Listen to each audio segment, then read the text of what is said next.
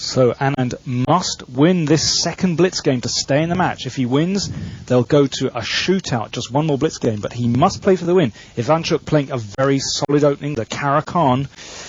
There we go, just exchanging pawns. Remember, all that Anand needs in this, all that Ivanchuk needs is a draw, so he's playing a very solid opening. He's trying to blitz out his moves also. He doesn't want to get into a time deficit, so he's just whipping out the moves. There we go. He's trying to break down white's center. That c-pawn coming up the board, attacking white's center pawn. Now, Anand has played this many times, so they're both familiar with this opening. And in fact, they played this exact variation in Moscow, I seem to remember. And the game wound up a draw. Yes, very aggressive chances for black occurred in that game, but Anand must have studied the problems involved in that variation, and now he's come up with something that has slowed Ivanchuk down. Look at that, Ivanchuk hesitating for a moment over his move. So, once again, we're following the pattern of the first game. Ivanchuk running a little short on time, and Anand just whipping the moves out. So Ivanchuk castling. Now, where is Anand going to put his king? Is he going to put it on this side of the board? He's done it. That's the more aggressive continuation. So the kings, once again, on opposite sides of the board. We saw in that first blitz game how both sides developed attacks. I'm astonished by that position. Ivanchuk must go for an attack down here, and Anand, we're trying for an attack on the black king. Well, that's a dangerous move, clearly, Danny, and this may be trying to take advantage of the fact that Ivanchuk would be playing more passively for the draw, but I'm amazed by that decision, putting the king on that side of the board. Look at all the black pieces that are hanging out over there. It's true. The knight is on a beautiful square in the center of the board. Bishop's right there as well. And now Anand going for it, advancing the g-pawn. He's going to try and push it one square forward, cracking open this line towards black's king. The knight coming back, just hassling the bishop. Now, how's he going to play it? Looks scary. I'm not sure I trust Anand's attack, but he's going for it. He doesn't care. He's just going for the attack in this position. He knows he needs to win. He's desperate for the win, and he's going after the black king. Now, Ivanchuk exchanging off the bishop. That's very important indeed. That bishop in the center of the board, very strong. So Anand has a choice. How's he going to recapture? He's taken back with the knight.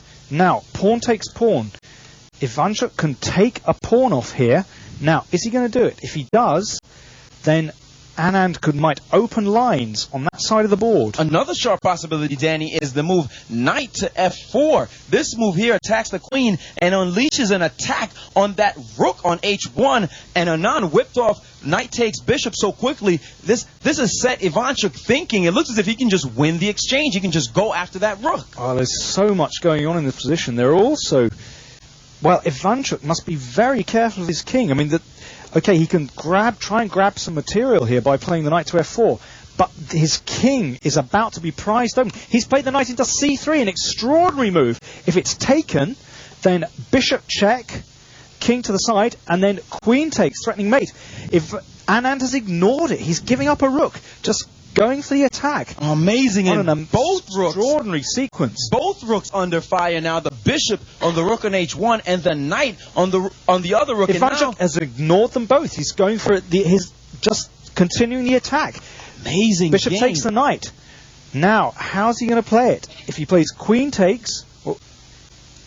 Well, first he's looking to close down the other line. Look at that. He's played an amazing move, h5. That's a great move. To close down attacking chances on the other side. This is exactly what Anand was looking for. And Anand didn't really need this move to slow him down. And now he's taken the bishop. But it's not clear to me that this attack has stopped. It still looks as if Anand has some real chances. I mean, he could, for instance, push the pawn down the board, set up a mating threat. The pawn would have to be taken, surely, and then lines would be opened.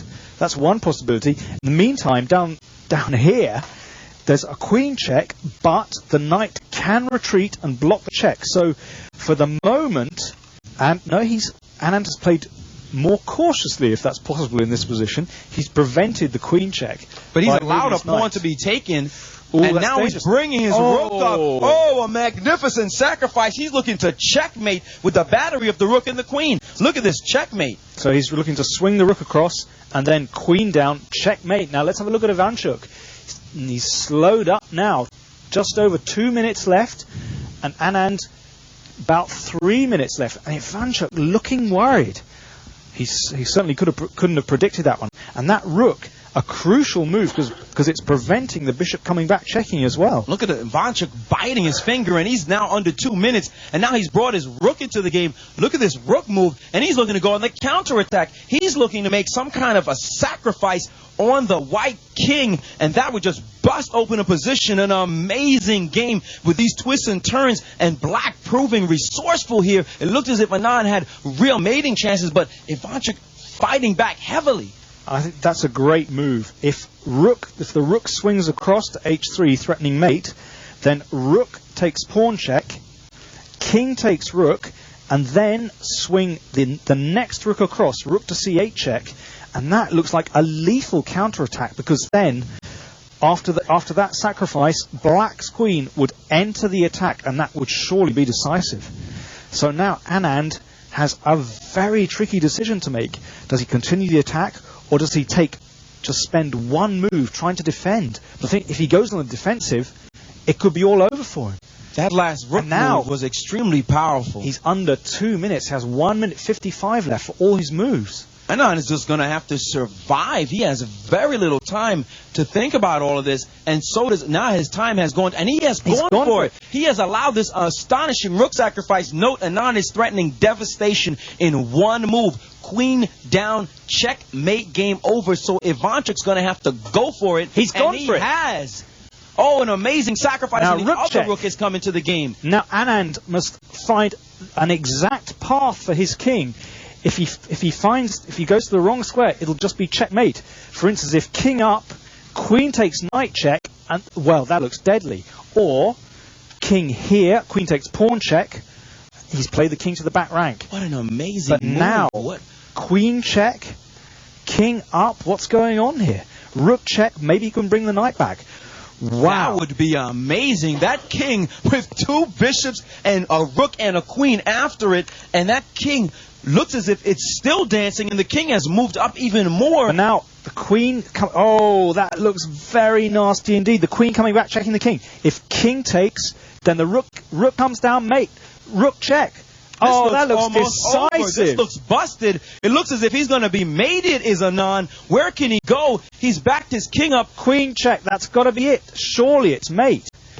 Why can't he just take the... He can take the rook in the corner. What is wrong? What is wrong with taking the rook in the corner? Queen takes rook, mate. Isn't that game? That looks surely it's checkmate in one move. Ivanchuk, surely he's not going to lose his nerve. He glanced at the clock. He's got 53 seconds left. He doesn't see it. This is unbelievable. Queen takes rook. Are we missing something? Queen takes rook in the corner. It's checkmate. And he doesn't see it, and he has not played it. He's missed it. Unbelievable. That is astonishing that a Grandmaster of Ivanchuk's caliber, and the knight comes back. Won, and now the knight has come back. And he's got 40 seconds. Oh, under the time pressure, and he's running with his king. This is unbelievable. This almost unheard of in a chess game. This is incredible. And Anand now looking for his own chance. And he's pushed the pawn. Oh, look at this. He's going on to the attack. This is incredible. The queen checking. Incredible. This check. The king going in the corner. This is just extraordinary. And Ivanchuk lost his nerve. He's got the piece back. He's got one piece back, but he's still a whole rook down. This is still highly unclear. Queen check threatened, and then mate.